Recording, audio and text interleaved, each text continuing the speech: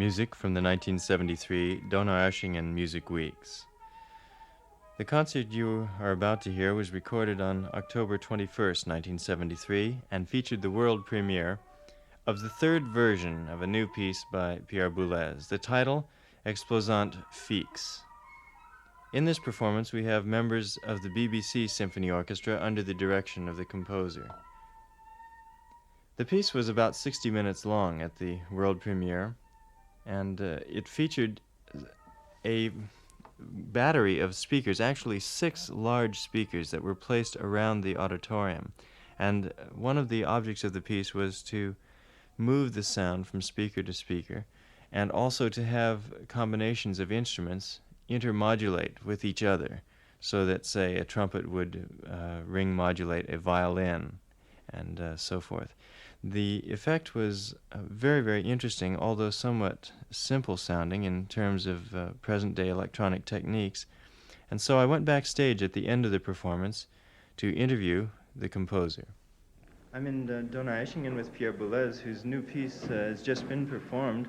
It was about an hour in duration, and this is a working over of a piece you've composed before, is that right? Yes, that's a kind of transformation of a piece I've already given in New York, but I've rewritten the parts. I have taken this opportunity of a new performance for revising quite a lot, and even revising sometimes drastically. Is this the first time you've worked with live electronics? Yes, that's the first time. I have worked with electronics a long time ago, in '58, last time in Donaueschingen, as a matter of fact. Is that right? Yes, for a piece for orchestra and tape. But at this time there was no devices which were very convenient for mixing directly instruments and electronics. So now that's a kind of new departure for me. So. Well, how long did you work on these electronics? Did you have 1 week or 1 month to work on this? Oh, that's I did not work really in the studio for that. I am in a relationship with technicians and musicians there, and then we work together a kind of plan, a schedule.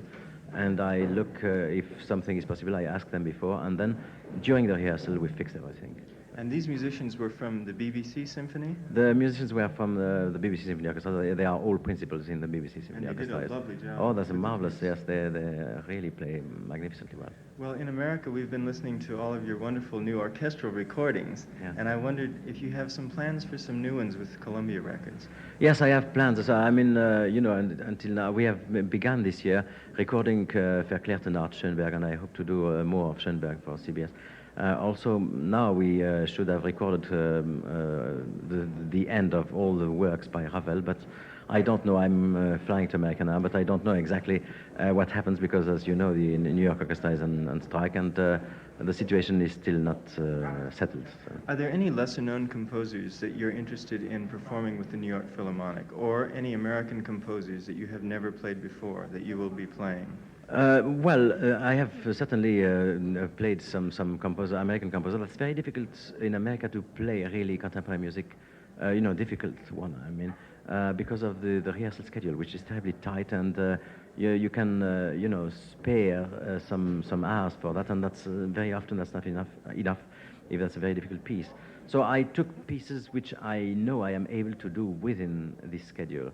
And for more difficult pieces, then I choose chamber music, because I know then, with a kind of evening with discussion and presentation and so on, I know that I can concentrate on one or at the most on 2 works for an evening. And then the schedule is again works again.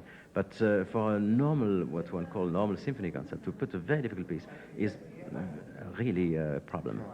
How about the historical American composers, going back to Ives and then maybe Henry Cowell and some of those more conservative composers? Have you any interest in these people at all? Oh, certainly, Ives. Certainly. I don't know I know Cowell some pieces for chamber music, but I don't know very well his literature for orchestra. Therefore, I must inquire in it. And certainly, for instance, I planned this year even an evening with Elliott Carter.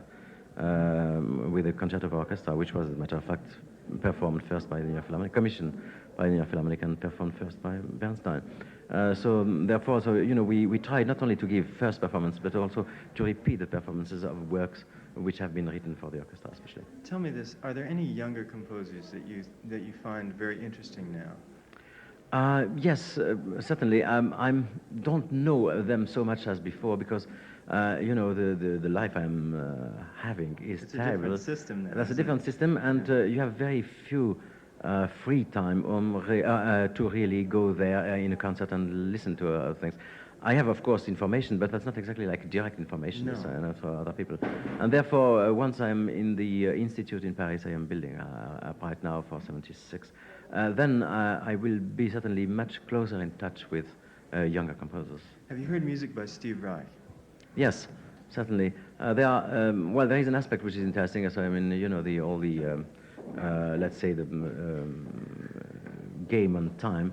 But there are some aspects which are, in my opinion, much less interesting, which are, this kind of very simplistic vocabulary, let's say. Yes, Yes, yeah.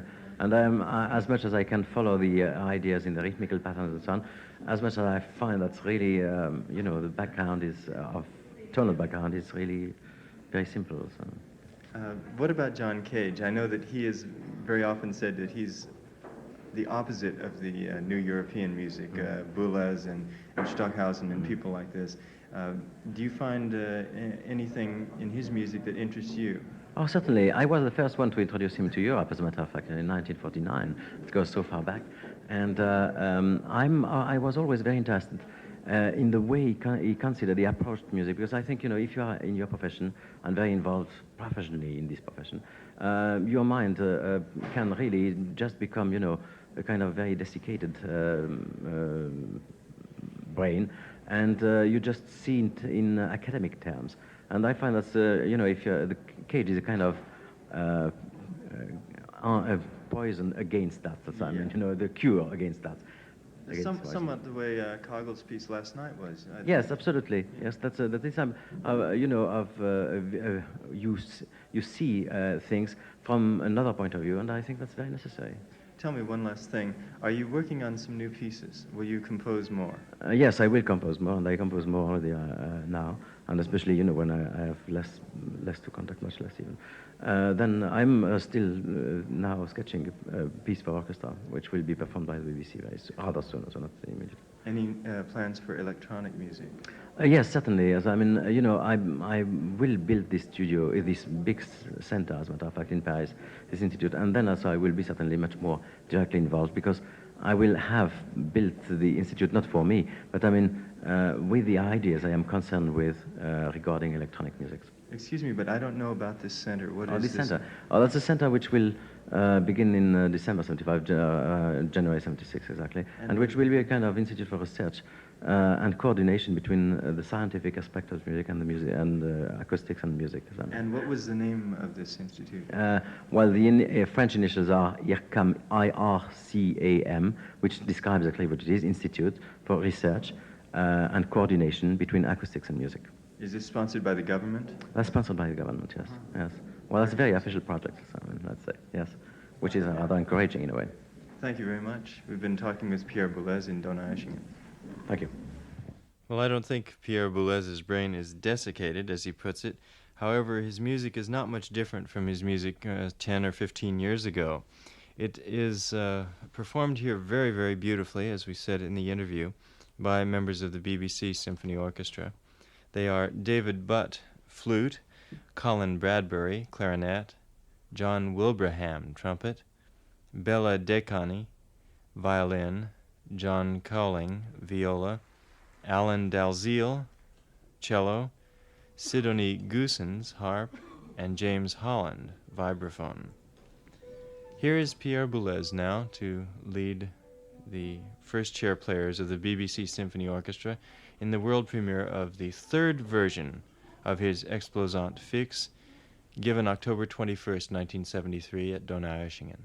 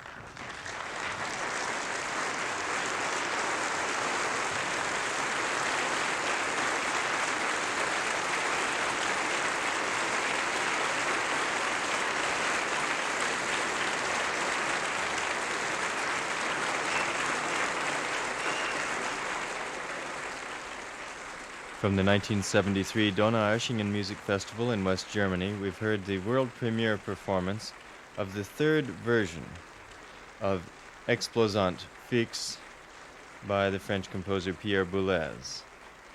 Pierre Boulez led members of the BBC Symphony Orchestra, and also you heard people from the experimental studio of Heinrich Strobel Company of the Southwest German Radio in ring modulation of the instruments.